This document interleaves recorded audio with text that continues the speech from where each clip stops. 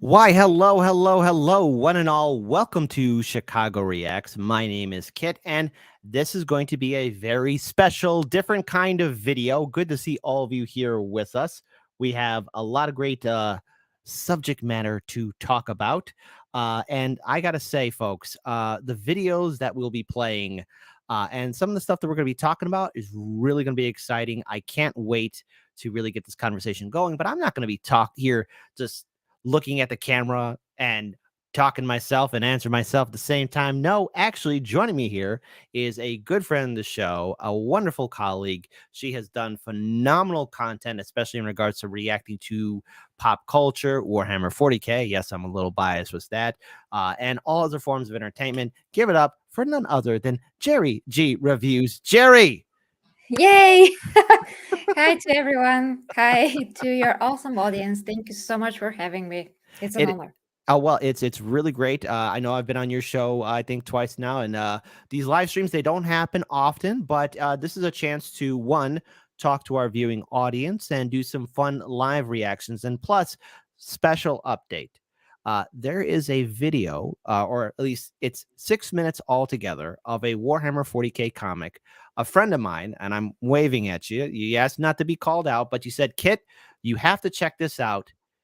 It will make you pause. So obviously, what better to do than a true live reaction? So more on that later. First of all, Geri, how are you doing? And by the way, what's going on? It's been a while since we last did one of these live streams. Oh, well, I'm trying to get through the latest 40K book, The Lion, Son of the Forest. Is pretty great so far. Making Oh, analysis as I go this time. I decided to do these. It's kind of like a review, but it's part by part because we often forget stuff about the books. I mean, details, and then mm. people just pull stuff out of their butts sometimes. When they don't remember something, and I'm like, no, this time I'm just going to go, through the book and review it this way and see what we can analyze from it. Okay. All right, fantastic. A real quick question: did you buy the copy book, or do you have the audio book? The audiobook. It's a Okay. gift, actually. Oh, wow. Okay. That's something I need to do. At least I had a chance to buy the new updated Dark Imperium trilogy, so I'm rereading that again with the glorious Lord Commander Reboot Gilliman. And please don't give me any spoilers for the son, of Lionel Johnson. I want to find out about it. But on a scale of 1 to 10, how awesome is the book right now? I'm pretty sure that's around 8 or 9. I mean, it's there with one of the best books so far, at least. Oh, wow. Okay. Then I need to stop being lazy, finish Dark Imperium, and get to hearing about the lion. So there you go. All Oh, right. yeah.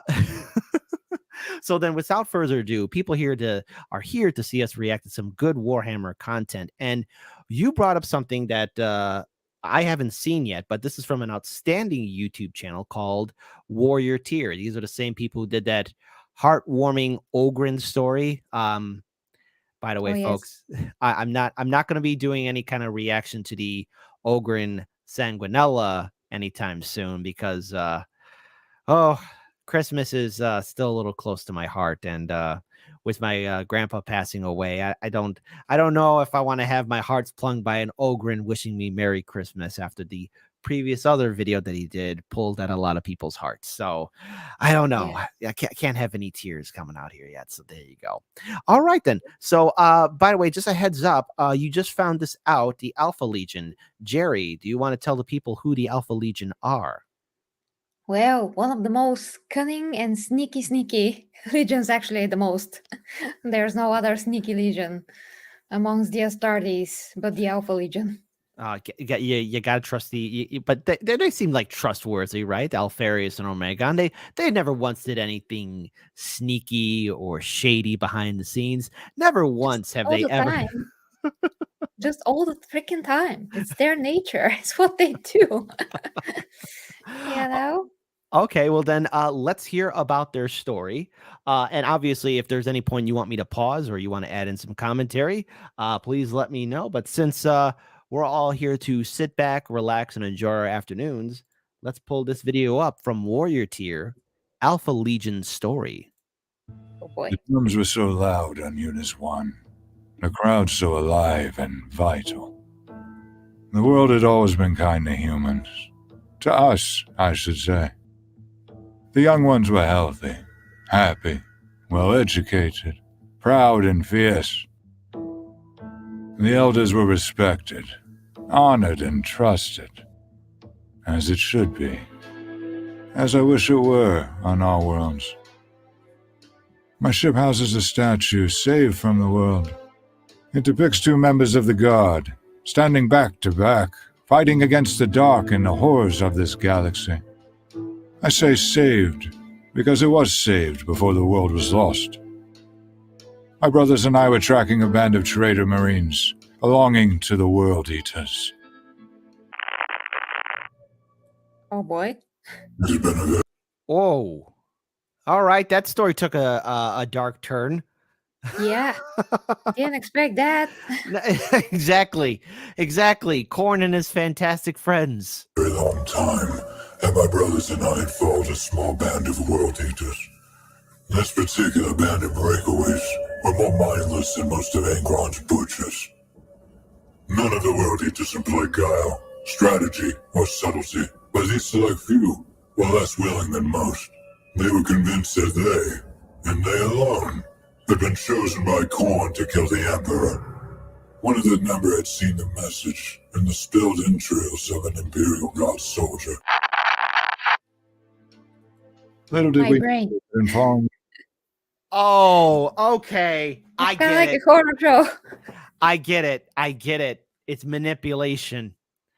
Because it's always been debated or not whether the Alpha Legion, some of them are still loyal and some of them fell to chaos. Like some of them are with the Alpha Legion just to subvert the Alpha Legion. So you don't know who's really telling you the truth. Yeah. It could be. Hold on. Let's see. Maybe I'm wrong. Okay. Them, we would end up in a very, very different war. Angron's skeletal bloodbags aren't terribly fond of acting in a subtle manner. They have no guile, and very little tactical acumen to speak of. So, they will go where they think they can spill the most blood. Or, raise the most hell, as the old Terranborn would say. On the 54th day of following the cluster of Bloodfools, we engaged them above a small, defunct planet that had been abandoned by the Imperium. For reasons unknown to us, they decided to land on the world. We wanted to see what would happen when you maroon 100 blood-crazed murderers on a rock. We sabotaged their ship, a floating, rusted hull they unironically called Blood Drinker. The engines blew out above an abandoned, desolate world, and they were forced to land with all hands. It is very amusing indeed to sit in low orbit and watch as a dozen axe-wielding maniacs hack each other to shreds. Trust me, a terrible betrayal. Oh, that's too much for my During the eyes. ensuing carnage, we received a waylaid Vox message. Okay. All right. We're getting two sides of a story. Don't worry, folks. Trust in the Emperor. He will guide us out of this madness. Requesting assistance. The message had come from Eunice. We disengaged after we hobbled the World Eaters. When we arrived on Eunice, we found a near-paradise world. Our contact was, as it always is, limited. General Oliver Stefan Bale informed us there had been unusual events on the streets of the world's capital. And what a city it was. Twin suns. Oh, was that The global 40K Napoleon? Twin suns, I think and so. a victim of phantoms in the night, kidnappings and haunting. That is something worth looking into, believe me. So we donned the mantle of the Frost Wolves and opened comms with that proud general. We explained that we'd be en route to Eunice 1 as soon as our jets could carry us there. A wonder city. A hive that made all other hives seem like filth-caked cesspools. 3 of us landed in the dead of night and met with General Olivus to discuss these events. Shadows had been seen moving without anyone to cast them. Phantoms had wailed in the night. People had gone missing or vanished in broad daylight on the crowded streets. It is at this point in this tale that along comes a snake, the Drukari. Many years before the blood worshippers had decided to launch their campaign of self-genocide, we had reached a cautious agreement with those perfumed, preening monsters. They would locate certain objects of interest to us. They would be free to do so however they pleased, indulging whatever desires they wished. Why would we care if they poisoned themselves while working for us? Brother, as new chortled as he whispered, Drukari. He was correct. Of course.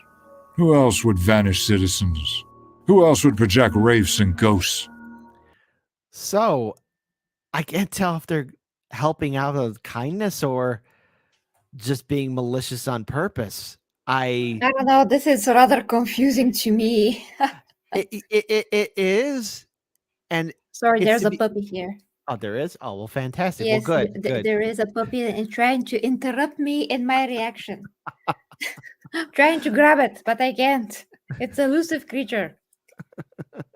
So, yeah, I mean, continuing. Who else would use fear as a weapon so effectively? Other than us, of course. It turns out that beneath the city, the Drukari had slowly but surely been building a sub-city. An underground world of tortured towns and pleasure palaces. Jesus. It was obvious that this band of raiders had ignored our requests, abandoned their search for the requested items, and simply given in to their base desires. So, they would learn fear. General Olivus was all too happy to offer himself and his legion of Imperial Guard, called the Starborn. He believed that he was about to engage in a righteous crusade, purging Xenos alongside the mighty wolves of Fenris. He couldn't believe his luck. We were all too happy to bark and howl and swear and drink like the sons of Rush. Such basic souls are easily copied. We, of course, knew the plan. We informed General Olivus of our suspicions and suggest that we, and his troops, investigate. He insisted that as it was his city, that he and his men lead the way forward. Fine by us. Lead from the rear, Oh, no. as our father was so fond of saying. The soldiers of the Eunice Imperial Guard were known as the Starborn, tenacious, despite lacking the internal hardware needed for true tenacity. It is here that I must mention one important fact. The hauntings, the sightings of phantoms and shades, they were not the acts of the elves. Had to take you because The elves of Okay, go know. ahead. Take it away. cameo from Goldie. It's good. It's good to see the little puppy. Hope it's not causing too much trouble. After all, I think we need all the help we can to navigate through this warp-infested nightmare. Yes. found Yeah. something. No, go ahead. I didn't mean to cut you off. Did you want to add in something? I mean, this is very confusing to me so far. I think I get it. It's to I'm gonna leave my analysis at the end of the video. Okay. If they thought was powerful enough to dissuade us Marines from pursuing them. The phantasms were projections made by ancient Necron early warning systems. The Eldar were hired to track down the location of a certain gate of Necron origin, Oh no. and they had succeeded in a fairly grand fashion. One of the Proto-Gate twins was buried beneath Eunice 1, and it was through this gate as the Eldar were traveling. They had found the gate's twin on a small, desolate world, roughly 5 light years to the galactic north of Eunice. The gate glowed, that fierce, almost conscious green glow that so many now recognize. Their continued use of the gate, their pillaging of technology, and their general arrogance had awoken something far, far worse than themselves. Eunice was in a good galactic location. Many species would kill to inhabit it. As the sun rose over twin suns, the noble wolves and the proud Starborn began a campaign of extermination against the vermin infesting the city. We, of course, witnessed many accidents. How many Imperial Guardsmen died to traps or ambushes? What a shame. And how many Drukhari Corsairs simply vanished before they could be questioned? Who knows? Well, I know, but you see my point. As time ground on, we began to find more and more already dead elves. Some had been skinned, and in their typical efficient fashion as well. However, in doing so, the Necrons had confirmed one important thing, that the Necron Lord we had been searching for was indeed awake. We found more and more lingering Necron soldiers, and more of the Imperial Guard fell to their staggeringly powerful Gauss weaponry. They were of no concern to us. Each god who engaged a Necron left a weaker Necron that we had to fight. A nice trade. The human died a valiant, proud hero, and the Necron was buried in filth beneath a world that paid them no regard. Finally, we reached the Proto-Gate, buried beneath the world. That general, all of us, could not believe his luck. My battle brother and General Olivus agreed to step through the gate that night. They didn't tell me, knowing I would instantly deny such a foolish idea. The guard and my brother stormed the gate. They set area denial charges on it, charges that would detonate if they hadn't returned in 24 hours. I know what you're thinking. How did I not stop them? Or even know? I was investigating the effects of the tectonic pulse when they stormed the gate. 625 members of the Eunice 1st Battalion and 24 of my fellow Astartes entered that portal. One man came out. He got to blindly charge into the unknown and throw his life and the lives of his men away. It was as we approached the gate that I received word that the Dark Elf leader, one Prince Aurea Storm, had been captured. His lot would be cast soon, but not yet. I turned, my ice blue eyes flashing in that way that only one from Fenris would understand. Lord Olivus, the moment is here. Our chance to cleanse this fair world has finally arrived. Claw Leader Yorn, it has been a long campaign, but we wouldn't be here if it were not for you. How can we ever thank you and your men? He clicked his boots together and stared into the faces of a dozen space wolves. Oh no. Lord, are you wolves only us so we may join in the final hunt? The hunt that will see the great beast finally run down and blood dry. I howled as I spoke. My brothers joined in, barely managing to stop themselves from laughing. He told me that they had stepped through the gate and found themselves inside a complex. A vast, lofty megastructure of black stone, or Noctilith, as we call it. A steel-faced legion of immortal machines stood before him. In front of that legion rose a figure, its necrodermis covered with gold and platinum. Grand Vizier Apathek, the witness, began speaking, muttering about humanity. The foolish thing. Who dares enter the throne of High Lord Anateth the Dreamer?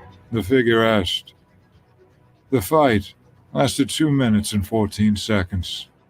All of us engaged the Necron Lord in close quarters to save the life of my brother. The Necron Lord kicked all of us in the chest with enough force to send him flying back through the gate. All of us had grabbed the staff that the being held to disarm it. He flew through the gate, still holding the solid platinum staff. Okay. He landed against me and stared into my green lenses. I took that staff from him.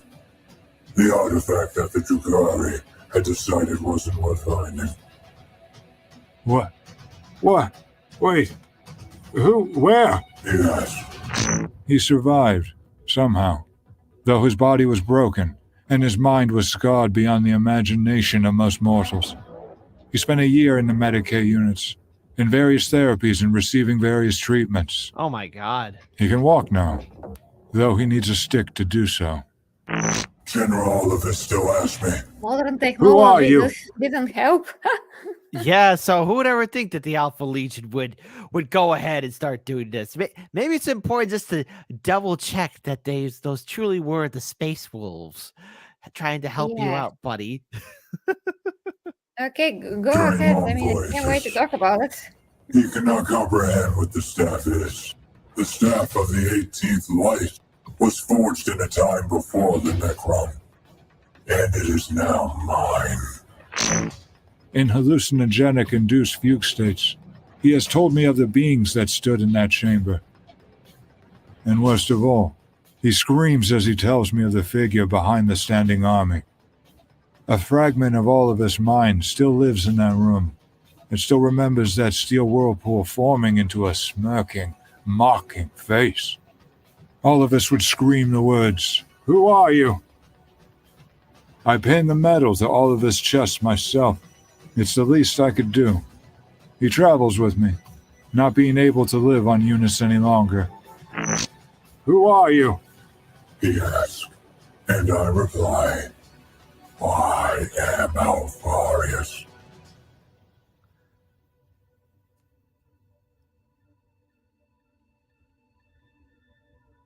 Okay. Oh my goodness. Okay. There's a lot to unpack there. So first, you brought this to my attention. What stood this out to you on why we should first speak about this? Well, very conflicting story of the Alpha Legion, telling it from both sides, one of honor and then one of chaos.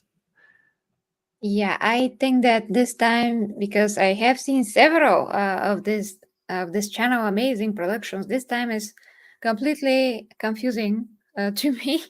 I find it very hard to follow this happening. The Necrons, Drukhari, Alpha Legion, Drukhari humans, Necrons is like I totally zone out at some point. But I don't know, is this based on the real lore even? Well, I mean, we do know that the Alpha Legion does like to say, I am Alfarius and this is a lie, because as it stands right now, one of them is dead, be it Alfarius or Omegon, or is it Omegon or is it Alfarius that is dead? One of those Yeah. two. But Alfarius, I think, as it stands right now,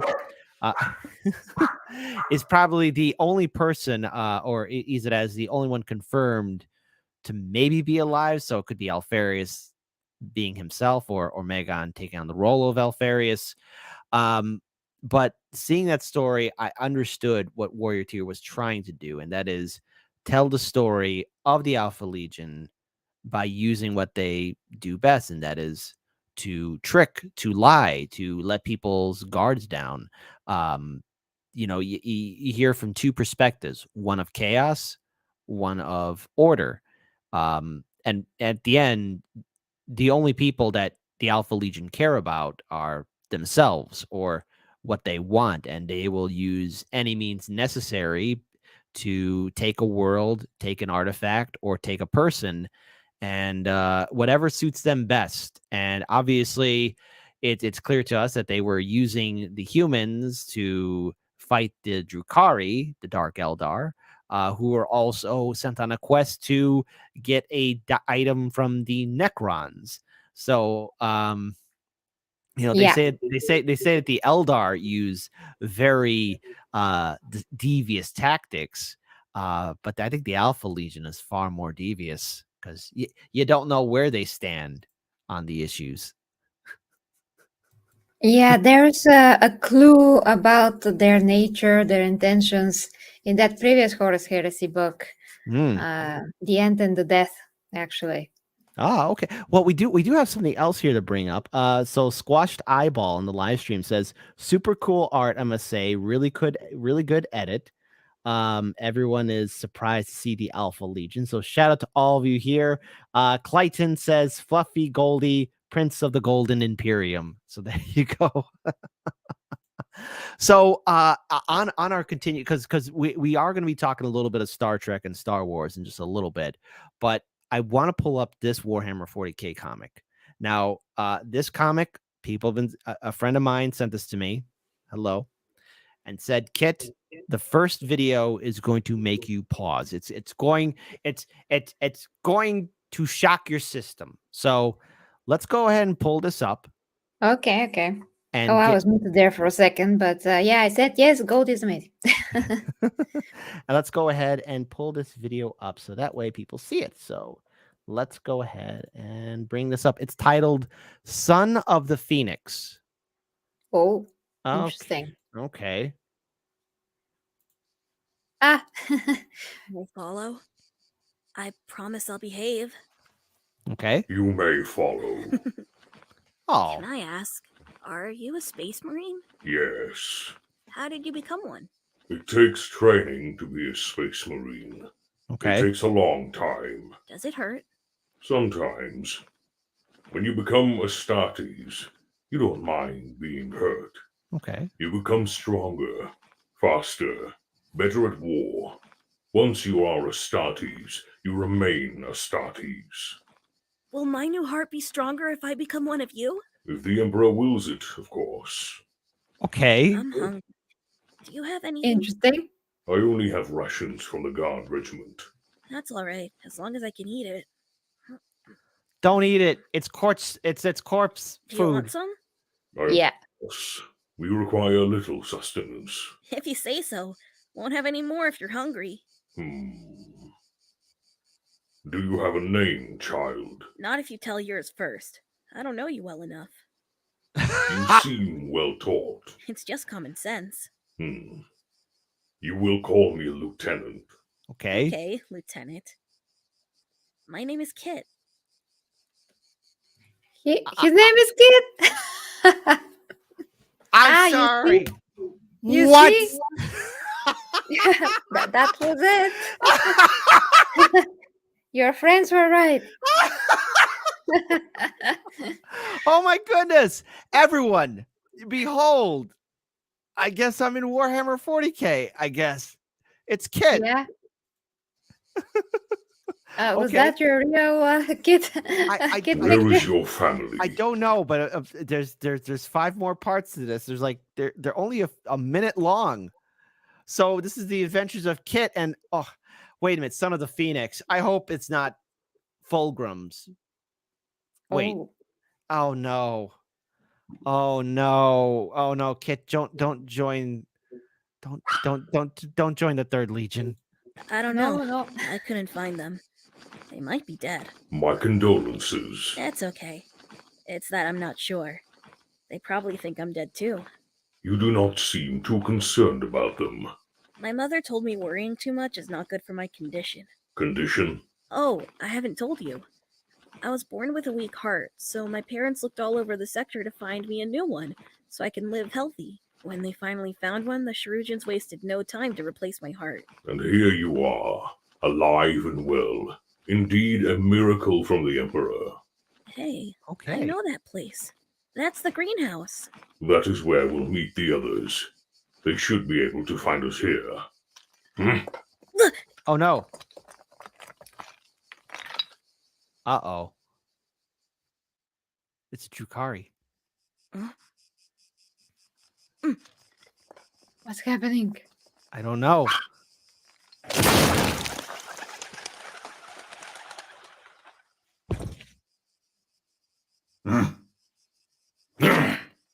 Don't try us, Monkai, or the child dies. Oh no, Kit, look out! Hesitant Oh, to good. shoot me now, I see. If you do, your rounds would kill the boy as well. Lieutenant. Very smart and thoughtful of you, Monkai. Surrendering already? I always thought you Monkai never care for your people. Child, do not move. Oh? Are you going to die for some helpless child? No. But someone is. Oh, that's a good one. Oh, that's a very good one. Oh, Awesome. hold on. I think there's one more part. Are you alright, So boy? interesting. Yeah, I'm okay. Please forgive me. I failed to save you. Failed, but the pointy-eared girl died. It wasn't me who killed her. He did. Pardon the tardiness, Lieutenant. I had to make a detour. Where are the others? I was about to report you on that. Okay. A new wave of Xeno forces have breached the city square. Our brothers are holding them back, along with the guards there, but we do not have long. It seems I am needed then. I'm afraid so, Brother Lieutenant. And what of the child? There is a civilian's bunker not far from here. I've yet to take him there and leave him with someone who could take him in. We move now, so that we could bring the child to safety Okay. and then reach our brothers in time. Okay. Yes, Lieutenant. Oh boy.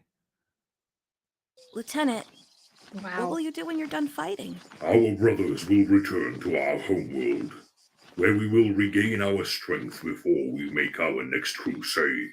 Can I stay with you? No, Please? I cannot take you in, boy. I want to be a space marine and fight. Yeah. I'll work hard. I'll do anything to be stronger. I'm not going to stay here and do nothing.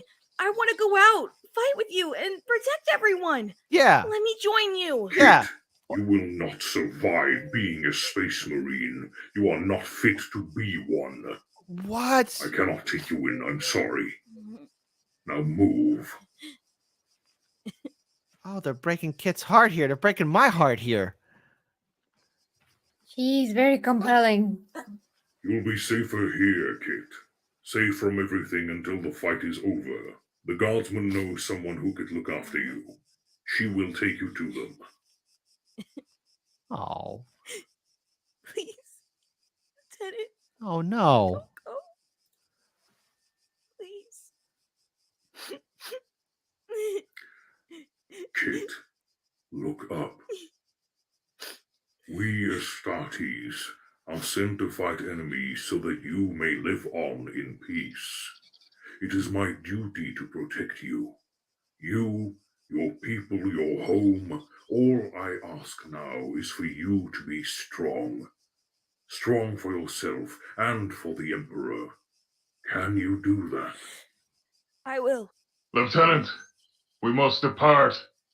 Emperor Oh my- protect you always, Kit. We will meet again Emperor protect you. when the time comes. Chaplain, I found a potential candidate that might interest you. A civilian from the Upper City District. We will look into it after our brothers settled with the Xenos. Done deal. His name is Kit. What? What? Yeah. What? Daydreaming again, brother? Captain, forgive me. I was. Reminiscing. You are well past that now. It's good to see you again, Sergeant Kit. Whoa. Whoa. All right, I gotta send this email out to a friend, because okay, not to boost my ego, but did y'all see how Kit became a space marine there, folks? Yeah. I thought that he was like, he wasn't, physically well enough for that. Well, you know what? The Emperor guided him, and also I got a message, and apparently, Sons of the Phoenix are a loyalist space marine chapter, comprised of entirely of Primaris space marines, and they Ooh. are from the gene seed of the Primarch Rogel Dorn. So they're Imperial fists. Oh, That's cool. interesting. Okay, Yeah. so they don't have a homeworld yet, but they're Primaris Space Marines. So that's fascinating. I'm very interested that they chose a brand new Space Marine chapter. So there you go, folks. Folks, I hope you just saw that firsthand. It is official. So in the Chicago Reacts Discord, there is an official Sergeant kit. And by the way, I served in the Marine Corps for 4 years, 2004, 2008. And Ooh. I was honorably discharged as corporal, and in the inactive ready reserve, I don't know how I got promoted to sergeant, but I guess now reality and science fiction are now intertwined. So there are 2 sergeant kits now. There you go. Funny how things work sometimes. Exactly. So we had a confusing adventure with the Alpha Legion. We had a wholesome story with the Sons of the Phoenix. So I'm ready to throw a grenade into the conversation. Oh, Yes, a huge grenade. And we'll end it on a positive note. Don't worry, folks. We still got plenty of time to hang out, have some fun and laughs. But all right, we're going to enter a very dark realm, not the warp, but the realm of Disney. Now, we have seen firsthand what has happened to 2 intellectual properties controlled by Disney, Marvel and Star Wars. Now, again, look, I'm maybe in the camp of they should have ended Marvel at Endgame, let it decompress, let everything rest for a while, and then hire new actors to play the role of Black Panther or Captain America, Iron Man, Thor, etc. Because the current franchises aren't adding up. And then it's now the same thing with Star Wars. And I know you're not too familiar with Star Wars, but knowing Disney and how creatively bankrupt they could be, Disney is rehashing Star Wars stories that happened long before Disney bought it and adding in new characters. And at a recent event, everybody's favorite protagonist, Rey, yeah. has returned back. Amazing, amazing. Luke Skywalker's failure will be complete. Now, I know you've done a couple of videos in regards towards calling out, I guess, female protagonists that seem to be too perfect. Again, there's a thing about storytelling and thing about, again, being lectured to. Why are they doing this again with Rey? She wasn't that popular. It seems like they're trying to make her popular for no Yeah, reason it's like whatsoever. basically doubling down on everything that people hate. Mhm. I have to go and throw Goldie in another room, and I'll be back in a second because he's not giving up on me for some Oh, reason. Okay, I will remove you and I will return you back in once all that's settled. So I will talk to the audience here. So, look, in this article, the announcement Star Wars New Jedi Order isn't sitting well with fans. And this is from, again, Screen Rant. Ryan Northrop, who writes, again, the announcement of Star Wars New Jedi Order isn't sitting well with fans, some of whom are not happy about further exploration of Luke Skywalker's controversial sequel trilogy arc. After first being introduced in 2015 Star Wars The Force Awakens, Daisy Ridley's Rey would return in Rian Johnson's destructive 2017 sequel, Star Wars The Last Jedi. By the way the rebellion ended, or what happened to the resistance in The Last Jedi, let's be very clear here. Effectively, the resistance lost the war and the First Order won. So, again, I did not watch The Last Jedi in theaters. I watched it pirated. There you go. Same thing with Rise of Skywalker, because I wasn't going to be wasting my money on a story that's a click, copy, paste of better movies. And before 2019's destructive Star Wars The Rise of Skywalker from J.J. Abrams seemingly concluded her story. However, Rey's journey has been confirmed to continue in a new film set 15 years later. What? Okay, so it was announced at Star Wars Celebration 2023 that Star Wars New Jedi Order will continue Rey's story as she rebuilds the Jedi Order despite clearly representing an attempt to right the wrongs of Rey's ending in Star Wars Rise of Skywalker. Wait a minute, hold on. She's a Palpatine. Some fans have taken to Twitter to express their frustration at how the announced film will further solidify Luke's divisive legacy. Check out some angry tweets below. Before I check out some angry tweets, let's go ahead and check out from the viewing audience. Let's see. Hold on. Squashed Eyeball says, "Look, Luke, it's not going to work. See, in my point of view, Palps has the high ground. I'm Disney, and I have spoken. I have spoken, I said." Wow. Some derpy turtle. Hold on. Because I remember the pirate scene. Somehow, Palpatine has returned. And returning back is Geri. Yes, thankfully. Somehow you have returned, just like somehow Disney is trying to force the idea of Rey being popular. So while I was just adding in my 2 cents, we've talked about, and I think in a previous live stream too, we talked about how there seems to be an attempt by a lot of these major media outlets to dismiss a lot of male protagonist characters. And look, I'm all for equal opportunity. Like, again, there's been outstanding female protagonists and heroes that have really stood up and made me concerned for them. And I just want to just restate this. Look, there's Sarah Connor from Terminator 1 and 2. We don't acknowledge the other films. They don't exist. There's Ellen Ripley from Aliens. And there's Wonder Woman, the first film, and these characters, you see them face off against adversity. They can lose. They have their own fears. They're not perfect.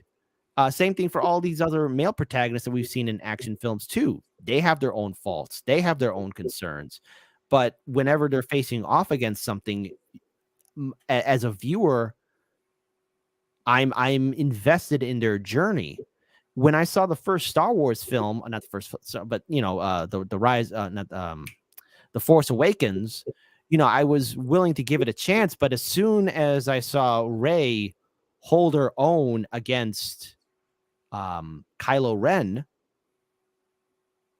I realized I wasn't afraid for her. She could handle herself. She could handle herself just fine. I wasn't invested in the story. I don't know. Is there something I'm missing? What do you want to add in, Geri? Oh boy, where to begin? Well, at the beginning when I saw episode 7, I didn't really think that she is Mary Sue, because that was the first accusation towards her character. Because, there are people in this world that actually are talented, that actually have a knack for certain things. And when it comes to the Force, it's really a natural thing. So Rey had this, affinity towards it, so to speak.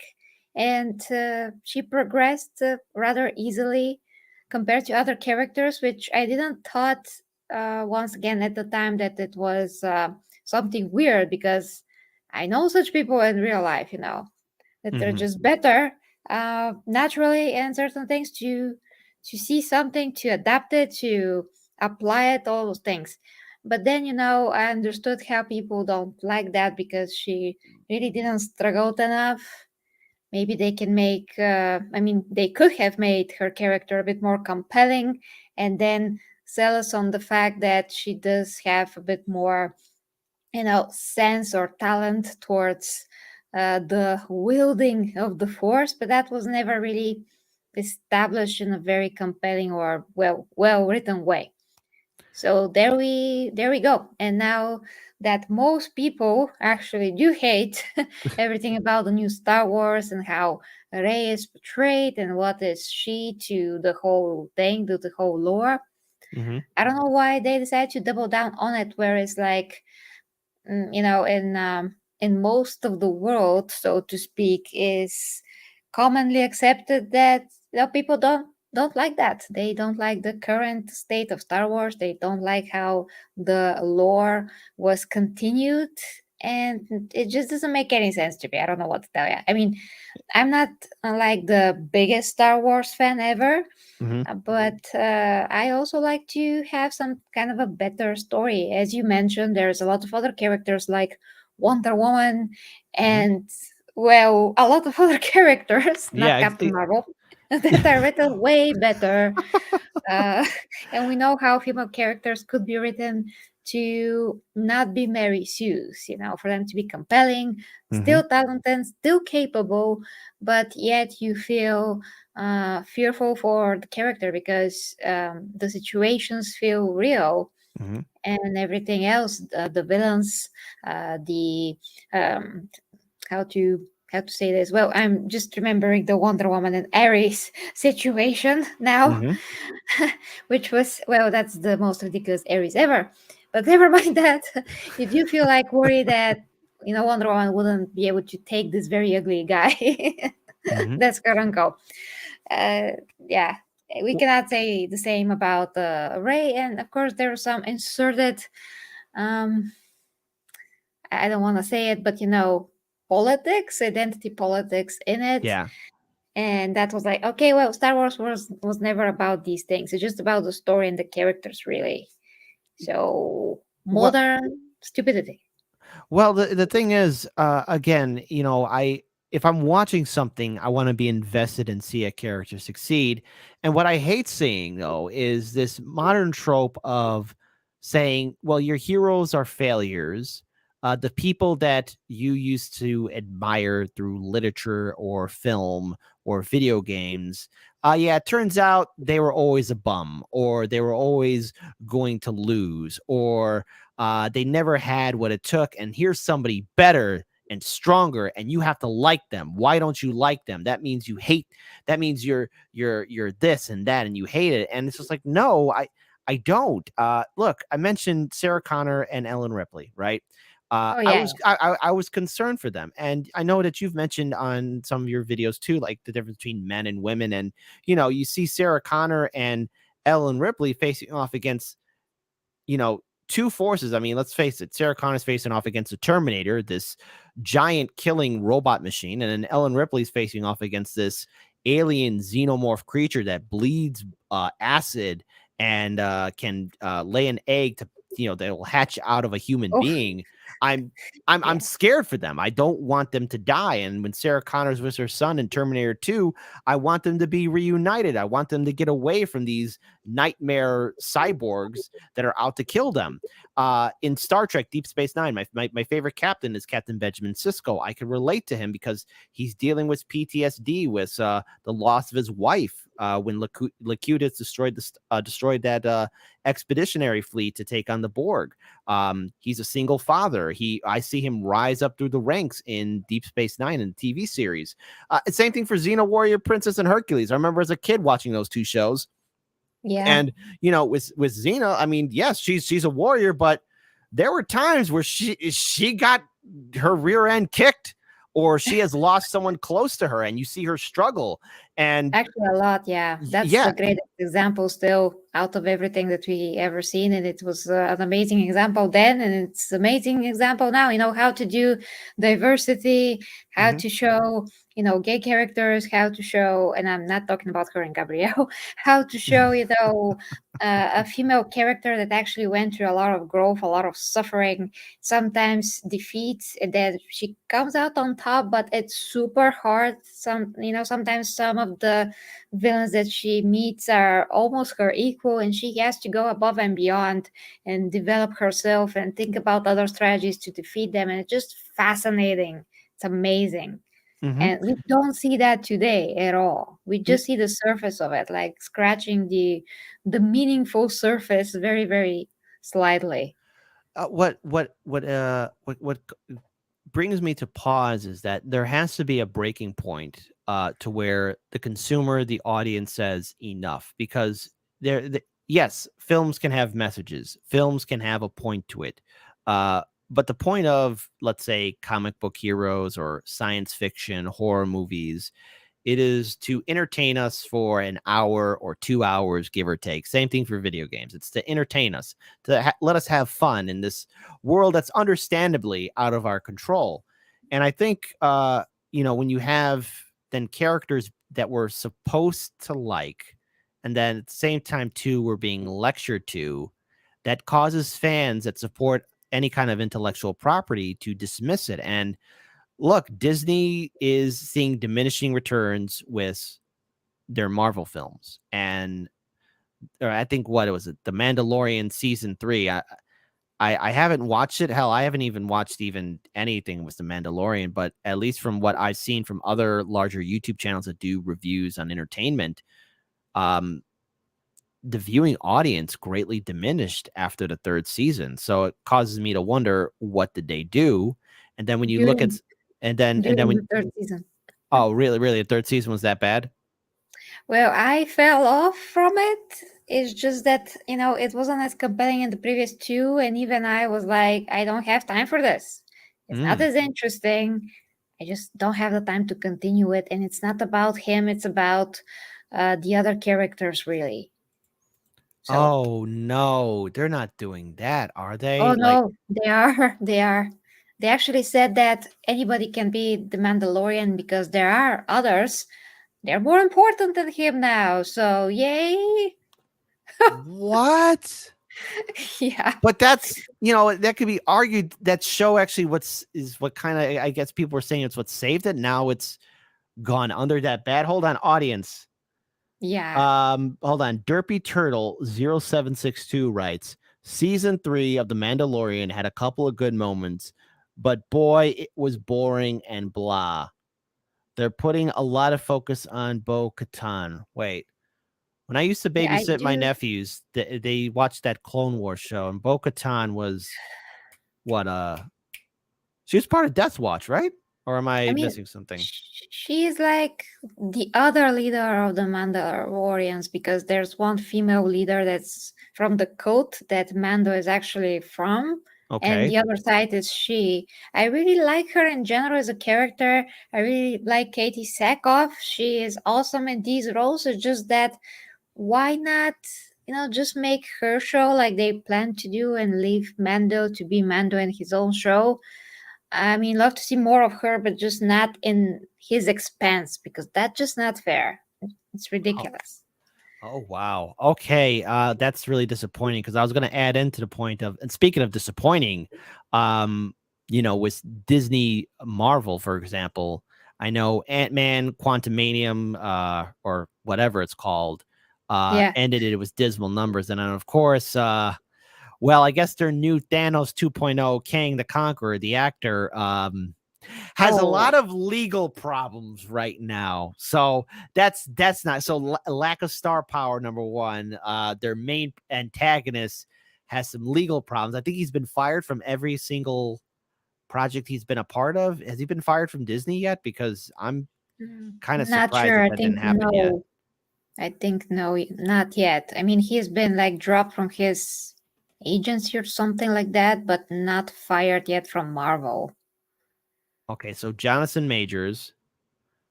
Oh my goodness. I'm just seeing this right now. Something yes. new? So yeah, this article came out yesterday. I think it's important, again, to confirm things and take this with a grain of salt. So I won't pull it up here, but I know that I know a lot of us, can do our own thing. But 5 actors who could replace Jonathan Majors as Kang. Oh no. There's always such articles, but that doesn't mean that, Yeah, and then things are done. And then, of course, and I don't want to talk too much about this, because again, due process needs to take place. But Jonathan Majors' alleged victim seen partying in new video from night in question. It's fishy from both sides. Yeah, and again, it's for those who don't know, again, he has been accused of physical assault, and that's as much as can be said. Apparently, there was a scuffle between himself and his partner. But man, talk about a fall from grace. Jeez, Disney, you got a huge But wait a minute. This isn't the first time we've seen a studio do anything scummy either. What's that guy? Ezra Miller. Oh, he is far worse. Yeah, he's still the Flash movie came out, didn't it? Or it didn't yet, but it will came out. It will come out in June, I think. Oh God. I mean, I personally, separate that's another topic, but I do separate the movie from whoever is in them, because they did a great job on the movie. I mean, if they did, they did. But in real life, if they're scumbags, well, they then fire them in the future. But if they already done something and they did it good, then okay, you did that good. That's your job.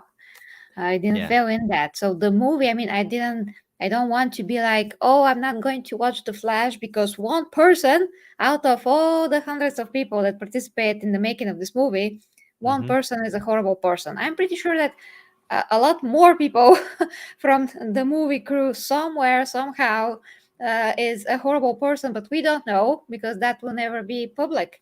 And that Mm. goes for pretty much probably for every movie that ever existed. So, of course, not everyone are perfect. Somebody somewhere could be a bad person. We would know. That's Mm. not the reason to not see the movie. The movie is not to be faulted about this. He still, was there and did a great job. So, gotta watch the movie for the Flash. Not going to watch it for the Ezra Miller Yeah. person. Yeah, No. and it is interesting though, just a little bit how much harsher, um, or at least the differences between what Ezra is going through and the actor playing Kang the Conqueror. But wow, it is again, due process needs to take place. Again, that article from TMZ in regards towards that came out a week ago, so who knows what's going to happen between now and, well, just how much more that thing's going to devolve. But I think what's, looking at Disney again, they're hemorrhaging all over the place, and with, I guess, returning back to the idea of Rey Skywalker or the retelling of Heir of the Empire with Ahsoka. It's I am concerned that they are trying to remove legacy characters and trying to force something that the audiences aren't asking for. It's like going to a restaurant. You're expecting a steak dinner, and what do you get in return? You get like a vegan meal or something. So Yeah. Well, actually, like a year ago, maybe, I don't remember, or 2 years ago, they did say, I mean, Disney were like, oh, but we don't want to focus on the Skywalkers anymore because it's not about the Skywalkers, it's about the world of the Star Wars. So we're going to make new characters. And I'm like, okay, but we kind of love the Skywalkers because they're the main characters. But Hmm. okay. Like they literally said that, oh, we're going to just do, new characters. I don't have anything against new characters, but it's just like, if I watch Xena and I don't watch Xena for Xena and I watch the show for Gabrielle, I'm going to be like, eh, she's great and all, but without Xena, why am I even there? you know? Exactly. It's like watching the legendary adventures of Hercules. Yeah, Aeolus is fun and all, but I mean, he's not Hercules, you know? And same Yeah. thing with Xena. Like, I want to know about Xena's redemption, how she has, at first a bloodthirsty conqueror and now someone who's trying to fight for justice and her own peace. So there you It's go. going to be about Xena's horse, about Yeah, Argo, it's about a Argo. spin-off series. about Argo and Argo's friend, the little bunny from the woods or something. I mean, by this point, they're making everything about big characters, C characters, minus C It, characters, like whatever, not the main characters, like this Gotham stupid show, Gotham Knights. Batman is dead, but of course, because we don't like Batman at all, just a lot. So just kill the guy, make it about actually people that some of them don't exist in the comic books. I mean, his son, that's not his son, he doesn't exist. So yeah, make the show about people that we don't care about. Sure, totally gonna watch. Not Yeah, I can't have that. So, you know what? We okay. We had an awesome back and forth about Star Wars, Disney. Let's be very clear. I think we all can agree on this. If you're going to make a movie about a main character, make it about the main character. Don't force a character on us. Have that character earn our respect. Have us be invested in that character's journey so that we're, you know, um on board with them. I think it's important that the fandom, the consumer, is respected, and these large corporations that have control of intellectual properties need to realize that you can't upset people because people will just say, "Well, then enough is enough." And I think this is a perfect note to bring up something that can maybe bring in hope. And what better way to talk about hope than through Star Trek? But before I pull up this video, is there any other kind of closing statements you want to make in regards to this with Disney and Star Wars and Marvel and Ray Palpatine? I mean, Ray Skywalker. I actually want to just mention that we see this pattern, pattern Mhm. in other things as well. In the TV show Flash. I mean, if we mention that other Flash, it's at the end now of the show, and I saw some clips from the final season, and it was basically like Barry Allen and the Arrow. Oliver just pat each other on the back and be like, "You're the best! Oh, you're the best! You're the best!" And the point is that they also totally screwed up the show. They made it about everyone else, not about Barry Allen at all. And they just made him a joke. But at the end, they still are like, "You're the best," and I'm like, "Okay, but he's not, because the whole team always saves his butt all the time, and he just there." And he's not the fastest man alive, which was proven many, many times by the show. So it is ridiculous. Yeah, I want to see a show about, I don't know, the Flash's costume only then.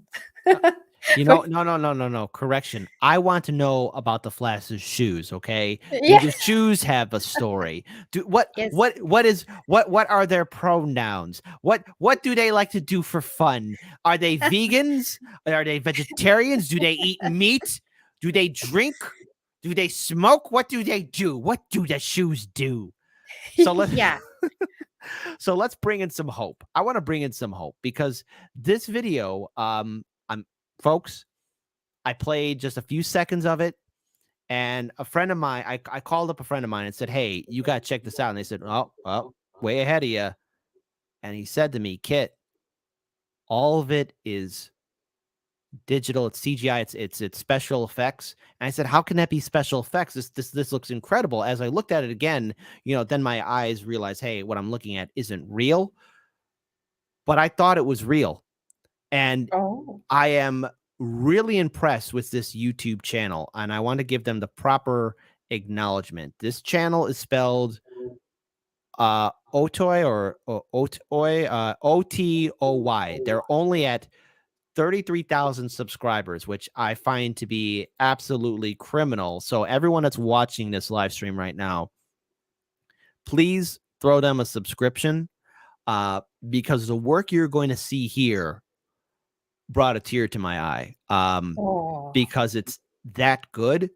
And even if this is the beginning stages of their technology, I am really curious to see what they can do going forward to preserve the dream and legend that is Gene Roddenberry's Star Trek. So without further ado, folks, grab some popcorn. Oh my gosh. Yeah, this is called at 765-874 Regeneration. Want to make sure it's set to the highest standards. There we go. Let's enjoy this. I don't know, but let's, folks, stand by. Wow. Again, incredible. It is already wow, yeah. None of this is real. It's been done by people. I wonder if this is Unreal Engine 5. I would bet on it. I don't know. Looks like it. We gotta find out.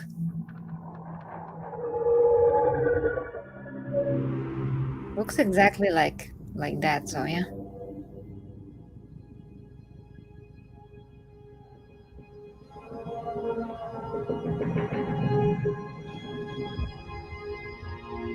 It's the D.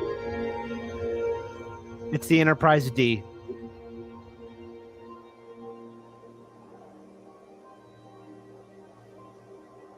This has to be real now, right? No. No, this looks real.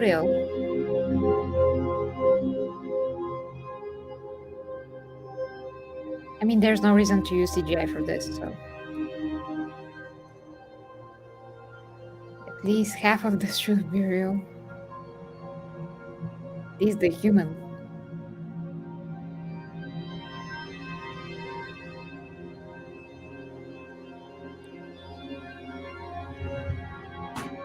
Oh, this is freaking Spock. Oh my gosh.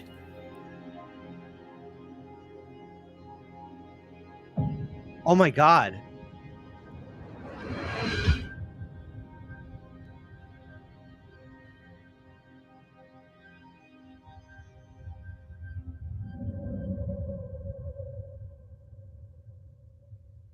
What does this all mean?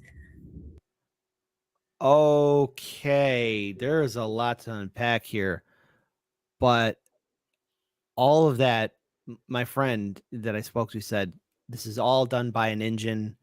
I actually have another video if you have time. I know there's a time difference where you're at and where I'm at, but You can do another one. yeah, so first let me just go ahead and acknowledge their website again.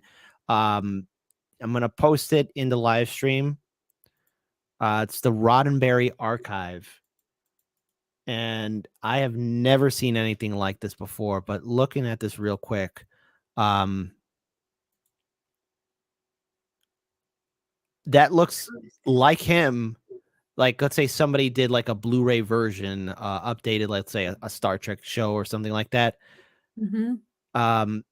So when I was speaking to my friend who I was talking about this, he was like, "Hey, look, none of it's like it's all done by this group. I was put at pause by this, and you know, I wasn't expecting Spock, but this is all like again, this is for those of you who don't know, this is the I think Rylar 3 or something at Star Trek Generations where Captain Kirk died. He's at the grave of Captain Kirk. And Oh. yeah, and so at the end of spoiler, at the end of the film, Kirk and Picard team up. Kirk dies, and that's Kirk's badge. Right here is the Enterprise D, which was a Galaxy class starship, and it was destroyed. Much to everyone's anger because the Galaxy class, everyone knew that ship, and it crashed on the planet, never again to be restored, unfortunately. And again, looking at this is the whole environment zooming in. Mm-hmm. There's the plants, everything else. There's the ships. There's Spock. It's perfect. I'll just play this right here.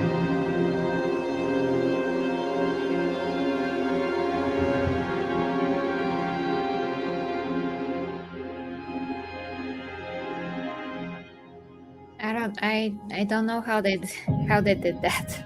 I have no idea. Huh. I didn't notice that. That's the Enterprise. Let's see if I could get there. Okay, kid, I have to go for like 30 seconds. 30 seconds. That's fine. That's perfectly fine. Let me go ahead and stop sharing here for 1 second, and I could pull up the next video here. So let me go ahead and remove you, and Be right we back. will. Yeah, you'll be right back. All right. So, holy cow, folks! Let's go ahead and check this out again, one more time. This is really incredible. Oh my goodness. Let's start from the beginning. Wow.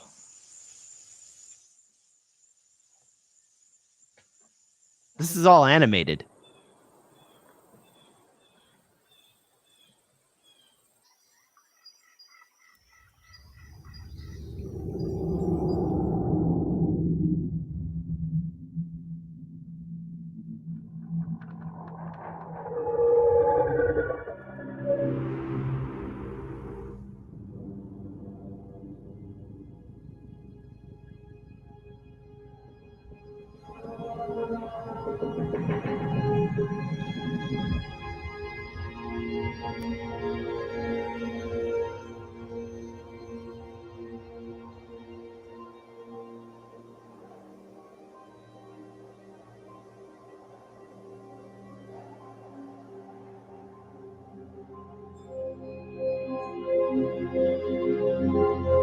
Wow.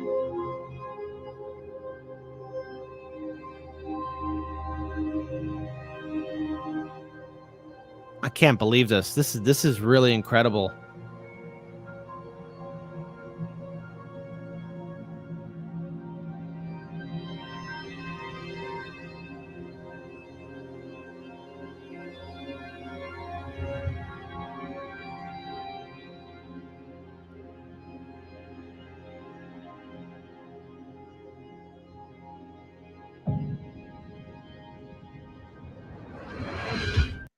Hold on. I think that was the Enterprise A that was starting to crash. There we go. Yes. That was the Enterprise that was crashing at the end of Star Trek 3. My goodness. I'm utterly speechless. Yeah, Um it's that is incredible talent right there. So I posted in the live stream chat the link to that video. I know we're running a little bit short on time, but look, let's actually look at the people who are doing this behind the scenes, the Ronberry Archive.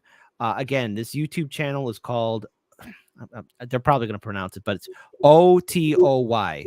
They're at 33,000 subscribers.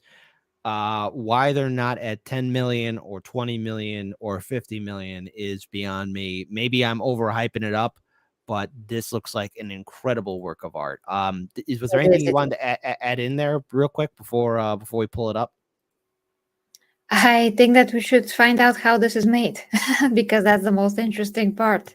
Exactly. So let's go ahead and pull this up here. So this is from the behind the scenes, the estate, the Ronberry Archive, behind the scenes of Gene Roddenberry's estate, Otoy. So let's go check this out. What we can expect in the future is to continue to explore the human creature. There is a tomorrow. It's not all going to be over with a big flash and a bomb. That the human race is improving. That we have things to be proud of as humans. No, astronauts, ancient astronauts did not build the pyramids. Human beings built them because they're clever and they work hard. And Star Trek is about those things.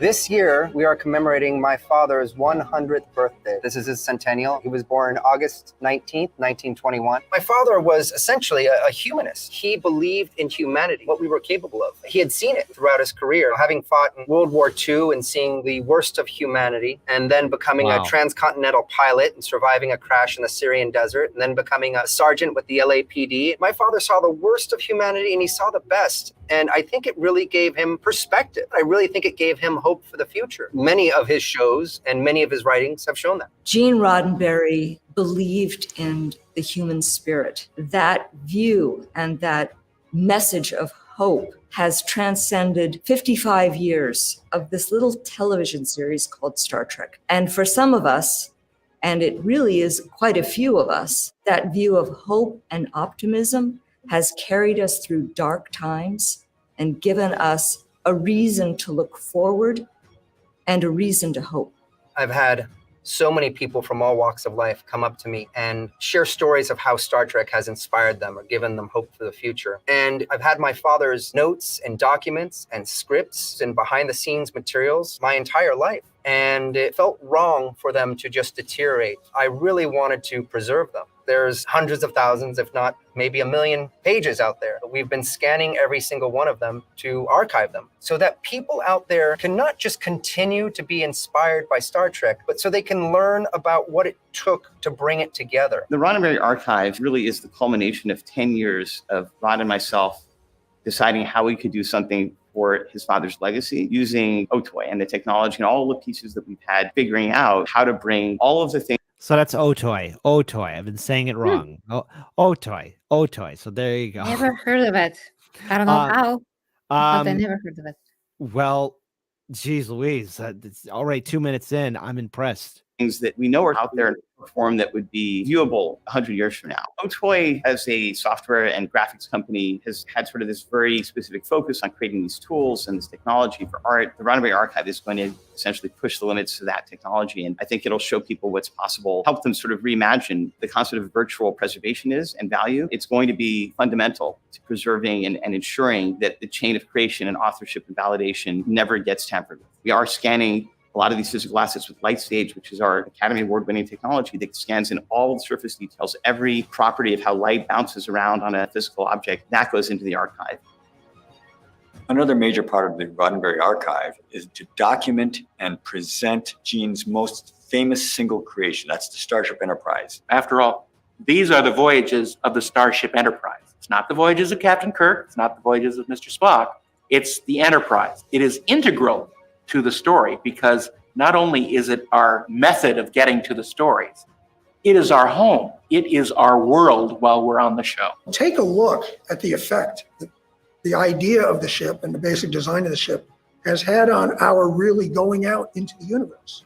The Enterprise was unlike anything anyone had ever seen before. It's our future. Gene Roddenberry once wrote that the Starship Enterprise is real. It's a real vehicle for storytelling. The ship itself as a character, as Gene said, I really felt like it was a ship that would one day be built. It just felt like it was inevitable. The way that Gene shared with the world his vision for Star Trek was creating things that felt so tangible, that felt so real, that it made complete sense. And today, all of his ideas just seem commonplace. We're also taking advantage of a lot of the work that's been done by some amazing modelists, people like Darren Doctorman, Tobias Richter, Neil Smith, Doug Drexler, to create very accurate copies of the ship. We can build these massive scale, life-size versions, for example, of the Enterprise that are really magical. The film Enterprise, the motion picture one-to-one scale, essentially is the highest fidelity version. If you were in the Star Trek universe, this is what the Enterprise would be. If you render it holographically, it won't look any different than being there. These very talented modelers are going places we've never been before. To me, that's very exciting. And I know that there are people out there that are just going to go bonkers over it, because I sure did.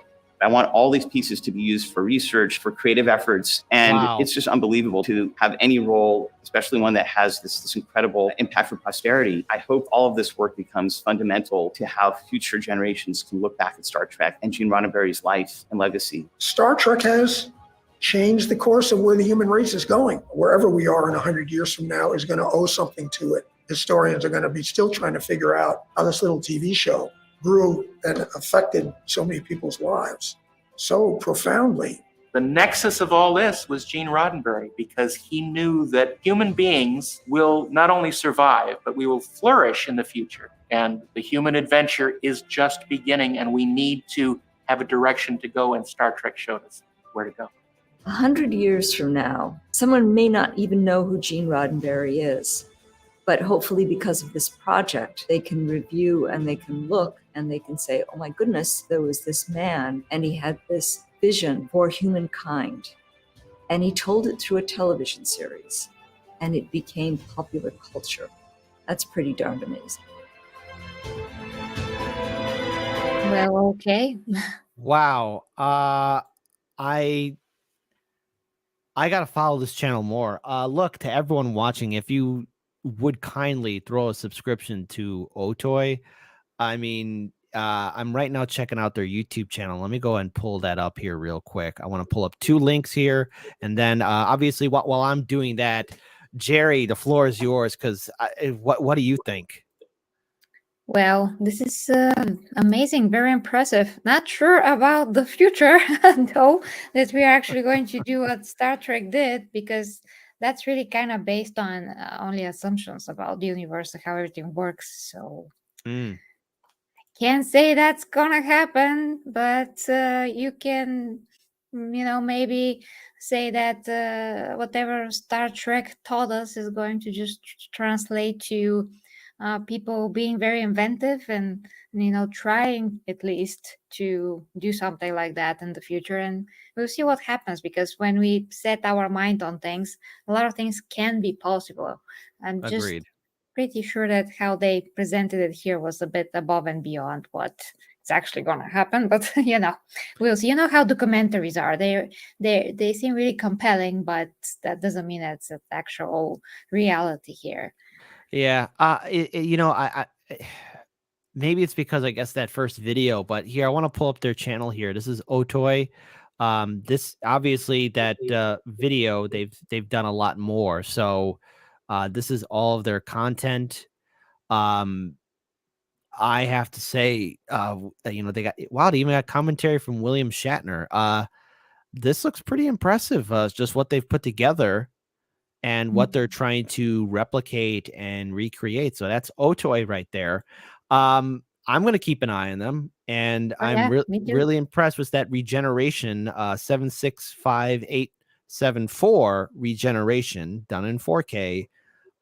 Folks, throw them a subscription. And speaking of subscriptions, hey, also check out Geri G's YouTube channel as well. You do a lot of great content, awesome reviews. There's Ahsoka, Indiana Jones 5. Oh my goodness, Creed 3.